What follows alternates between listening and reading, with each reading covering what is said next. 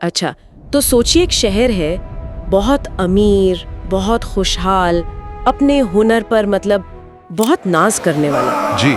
लेकिन क्या होता है जब उस शहर में सच दरवाजे पर दस्तक देता है और वो लोग दरवाज़ा खोलने से ही इनकार कर देते हैं। बिल्कुल। जब उन्हें समझाने के लिए एक, दो नहीं बल्कि तीन तीन मौके दिए जाते हैं, लेकिन वो अपनी जिद में, अपने तकब्बुर में अंधे रहते हैं, तो फिर आसमानी इंसाफ का तराजू कैसे तौलता है? आज हम किसी आम बस्ती की कहानी नहीं बल्कि कुरान में बताए गए असहाबे करिया मतलब बस्ती वालों की कहानी की गहराइयों में उतर रहे हैं। हाँ, और हमारे पास जो जरिया है वो इसी वाक़ये पर आधारित एक वीडियो है जो हमें उस दौर में ले जाता है। जी, और ये कहानी सिर्फ इनकार की नहीं है बल्कि इस बात की भी है कि जब सच को मतलब पूरी तरह से ठुकरा दिया जाता है तो उसके अंजाम क्या होते हैं। चलिए फिर इस कहानी की परतों को खोलते हैं। तो ये किस्सा कहाँ का है और कब का? ये वाकया हजारों साल पुराना है। शाम के इलाके का एक बहुत मशहूर शहर था अंताकिया। अंताकिया।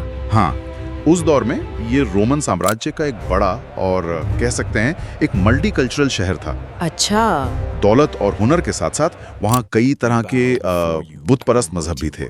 मतलब ये लोग बहुत हुनरमंद तो थे, दौलतमंद भी थे, लेकिन अफसोस वो अपने ही हाथों से तराशे हुए बुतों की पूजा करते थे। तो पूरी बस्ती शिर्क के अंधेरों में डूबी हुई थी। बिल्कुल सही।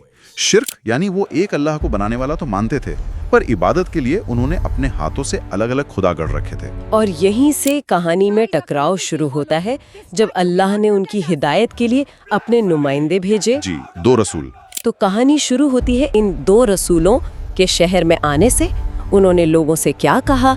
मुझे लगता है उनका पैगाम बहुत सीधा और साफ रहा होगा। एकदम। उन्होंने लोगों को इकट्ठा किया और एक बहुत बुनियादी, बहुत सीधी सादी बात कही। क्या कहा? ऐ लोगों, इन बेजान बुतों को छोड़ दो जो न सुन सकते हैं, न देख सकते हैं और न तुम्हें कोई फायदा या नुकसान पहुंचा सकते हैं। मतलब एक बहुत ही लॉजिकल बात। बिल्कुल। हम तुम्हें उस एक रब की तरफ बुलाते हैं जिसने तुम्हें और इस पूरी कायनात को बनाया है। लेकिन जो लोग बरसों से अपने बाप दादा के मजहब पर चल रहे थे, जिनके लिए ये सब सिर्फ मजहब नहीं उनकी पहचान थी, उनकी परंपरा थी, उन्हें ये बात कैसे हजम होती? हुई ही नहीं, वो तो आग बबूला हो गए।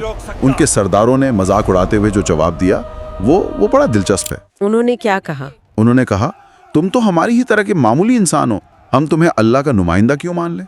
तुम झूठ बोल रहे हो। एक मिनट, ये बात थोड़ी अजीब लगती है।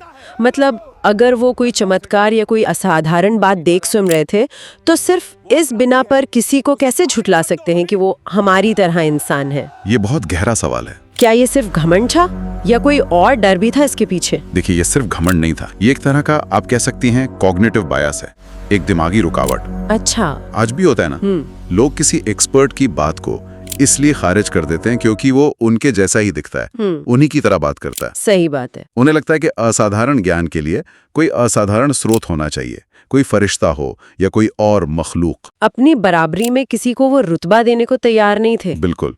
ये उनके तकब्बुर को चोट पहुंचाता था। और फिर ये सिर्फ मजहबी बहस तो थी नहीं, ये उनकी पूरी सामाजिक व्यवस्था पर एक हमले जैसा था। और ये सिर्फ इनकार तक रुका नहीं होगा। नहीं, उन्होंने उन रसूलों को मनहूस कहना शुरू कर दिया, बदकिस्मती की वजह। अच्छा, मतलब ब्लेम गेम। हाँ, कहने लगे जब से तुम आए हो हमारे शहर का अमन चैन छिन गया है। ये अपनी गलतियों का इल्जाम दूसरों पर डालने की क्लासिक मिसाल है। सच लाने वालों को ही प्रॉब्लम की जड़ बता दिया। तो जब 2 रसूलों को इस तरह से झुटलाया जा रहा था तब क्या हुआ? अल्लाह की तरफ से कोई मदद आई? हाँ, यही कहानी और दिलचस्प हो जाती है। जब बस्ती वाले उन 2 रसूलों के दुश्मन बन गए तो अल्लाह ने उनकी मदद के लिए एक तीसरा रसूल भेज दिया। एक तीसरा रसूल? जी। अब हक की आवाज और बुलंद हो गई। 3 लोग एक साथ उसी एक पैगाम को दोहरा रहे थे।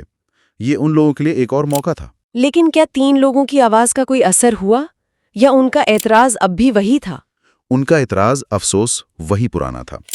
तुम तो हमारी तरह गोश्त पोस्त के इंसान हो, तुमने खास क्या है? उनकी आंखों पर घमंड की ऐसी पट्टी बंधी थी कि वो कोई निशानी देखने को तैयार ही नहीं थे। बिल्कुल। उनका सारा ध्यान इस बात पर था कि पैगाम लाने वाला कौन है, इस पर नहीं कि पैगाम क्या है। तो जब पूरी बस्ती ही दुश्मनी पर उतर आई थी, क्या कोई एक भी आवाज नहीं थी जो इन रसूलों के हक में बोलने को तैयार हो? क्या सच इतना अकेला पड़ गया था? और यहीं कहानी में एक नए और बहुत ही अहम किरदार की एंट्री होती है। एक ऐसा किरदार जो पूरी कहानी का रुख बदल देता है। कौन था वो? बस्ती के एक दूर दराज कोने में एक शख्स रहता था, हबीब नज्जार। वो कोई सरदार या अमीर आदमी नहीं था, वो एक आम लकड़हारा या बढ़ई था। एक आम इंसान। हाँ, लेकिन उसका दिल आम नहीं था। वो सच्चाई के लिए तड़प रहा था।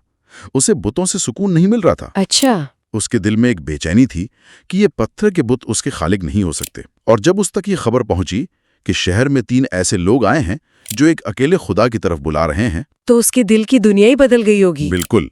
उसे लगा जैसे उसकी बरसों की दुआ कबूल हो गई। तो उसने क्या किया? क्या वो चुपके से जाकर उन रसूलों से मिला? नहीं, वो अपनी बीमारी और कमजोरी के बावजूद दौड़ता हुआ शहर के बीच में पहुंचा। दौड़ता हुआ? हाँ, और वहां उसने देखा कि जालिम लोग उन रसूलों को घेरे हुए हैं, उन्हें पत्थरों से मारने और शहीद करने की धमकियां दे रहे हैं। माहौल बहुत खतरनाक था। और उस अकेले कमजोर इंसान ने पूरी भीड़ के सामने आवाज उठाई। जी हाँ, तारीख में उन्हें मर्द मोमिन यानी ईमान वाला शख्स कहा गया है। वो भीड़ को चीरते हुए आगे बढ़े और अपनी कौम से वो बात कही जो आज भी कुरान में गूंजती है। उन्होंने क्या कहा? उन्होंने पुकार कर कहा, ऐ मेरी कौम, इन रसूलों की बात मान लो, इनकी पैरवी करो। वाह! और उन्होंने अपनी बात को साबित करने के लिए क्या दलील दी? क्योंकि भीड़ तो गुस्से में थी, वो कोई लंबी चौड़ी फिलॉसफी तो सुनने से रही। उन्होंने एक ऐसी दलील दी जो सीधी, साफ और हर आम इंसान की समझ में आने वाली थी। बहुत पावरफुल। क्या थी वो दलील? उन्होंने आगे कहा, तुम उन लोगों की पैरवी क्यों नहीं करते जो तुमसे कोई बदला या मजदूरी तो नहीं मांग रहे? ये तो बहुत ही मजबूत पॉइंट है ना? उन्होंने लोगों की दुखती रग पर हाथ रख दिया। वो कह रहे थे कि सोचो, अगर ये लोग झूठे होते तो उनका कोई दुनियावी मकसद होता।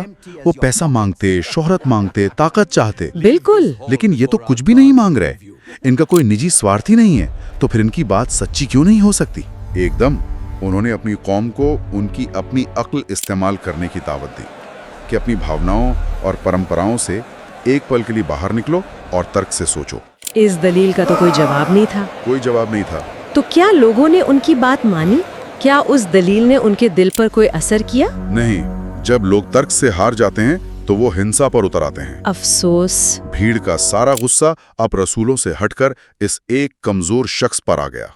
उन्हें यह बर्दाश्त नहीं हुआ कि एक मामूली लकड़हारे की इतनी जुर्रत कैसे हुई कि वो उनके माबूदों की तौहीन करे और बाहर से आए लोगों की हिमायत करे। जी, उनके लिए ये अपनी पूरी परंपरा और इज्जत पर हमला था। और फिर उन्होंने हबीब नज्जार के साथ क्या किया? इसके बाद जो हुआ वो बहुत दर्दनाक था। उन जालिमों ने हबीब नज्जार को घेर लिया और उन्हें बेदर्दी से मारना शुरू कर दिया। मतलब? कोई पत्थर बरसा रहा था, कोई उन्हें पैरों तले कुचल रहा था। उन्होंने अपनी सारी नफरत और वहशत उस एक अकेले निहत्थे इंसान पर निकाल दी। इस तकलीफ और जुल्म के दौरान उनके दिल में क्या था? उनकी जुबान पर क्या था? यही इस किरदार की सबसे बड़ी अजमत है। इस तकलीफ के दौरान भी उनकी जुबान पर अपनी कौम के लिए बद्दुआ नहीं थी, बल्कि एक दुआ थी। दुआ? हाँ, वो कह रहे थे, ऐ अल्लाह, मेरी कौम को हिदायत दे। ये जानते नहीं कि सच क्या है। एक लम्हे के लिए यहाँ रुक कर सोचिए। ये तो हैरान कर देने वाली बात है। ये किस दर्जे का ईमान और इंसानियत है। जो लोग आपकी जान ले रहे हैं, आप मरते हुए भी उनके लिए हिदायत की दुआ कर रहे हैं। उन्होंने हक की खातिर अपनी जान कुर्बान कर दी। उनकी शहादत के बाद क्या हुआ? जैसे ही उनकी रूह जिस्म से निकली, अल्लाह ने उनके लिए जन्नत के दरवाजे खोल दिए।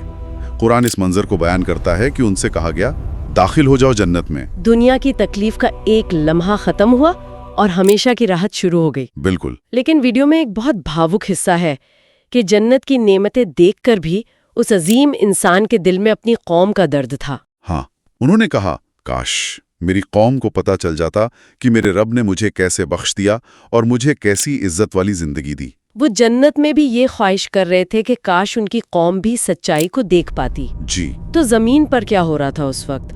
बस्ती वाले तो जश्न मना रहे होंगे कि उन्होंने हक की एक और आवाज को हमेशा के लिए दबा दिया। बिल्कुल, वो अपने गुरूर में थे। उन्हें लगा कि एक मुश्किल को रास्ते से हटाकर उन्होंने जंग जीत ली है। लेकिन उनका जुल्म उस हद तक पहुंच गया था कि अब अल्लाह की तरफ से फैसले की घड़ी आ गई थी। उन्होंने हर मौका गवा दिया था। हर मौका। तो जब हबीब नज्जार को शहीद कर दिया गया और पूरी बस्ती ने हक को ठुकरा दिया, तो कुदरत का जवाब क्या था?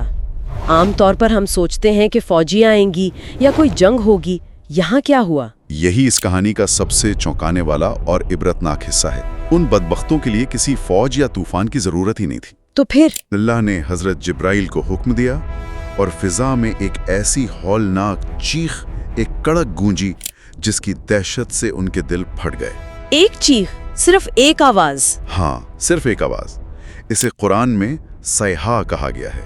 एक ऐसी जोरदार आवाज जिसने पलक झपकते ही पूरी बस्ती की जिंदगी छीन ली। पलक झपकते ही? जी, वो लोग जो कह लगा रहे थे, अपनी ताकत पर नाज कर रहे थे, वो सब जहां थे वहीं बुझी हुई राख की तरह ढेर हो गए। यानी उनके बनाए हुए माबूद, उनके बुत उन्हें बचाने नहीं आए? एक भी नहीं। एक पल में वो रौनक वाला शहर एक खामोश कब्रिस्तान में बदल गया। सारे हंगामे, सारा गुरूर, सारी दौलत, सब कुछ एक आवाज में खत्म हो गया। तो आज हमने अंताकिया की इस बस्ती की कहानी की गहराइयों को समझा। एक ऐसी कौम जिसे बार बार मौका दिया गया, एक ऐसा मोमिन जिसने अकेले ही हक का साथ दिया, और एक ऐसा अंजाम जो दिखाता है कि जब जिद और तकब्बुर हद से बढ़ जाए तो क्या होता है। इस कहानी में तकब्बुर और सच्चाई का फर्क बहुत साफ नजर आता है। शहर के अमीर और ताकतवर लोग अपनी परंपराओं के नशे में इतने अंधे थे कि उन्होंने सच को पहचानने से इनकार कर दिया। और दूसरी तरफ एक मामूली इंसान, हबीब नज्जार, जिसने न सिर्फ सच को पहचाना बल्कि उसके लिए अपनी जान भी दे दी। बिल्कुल।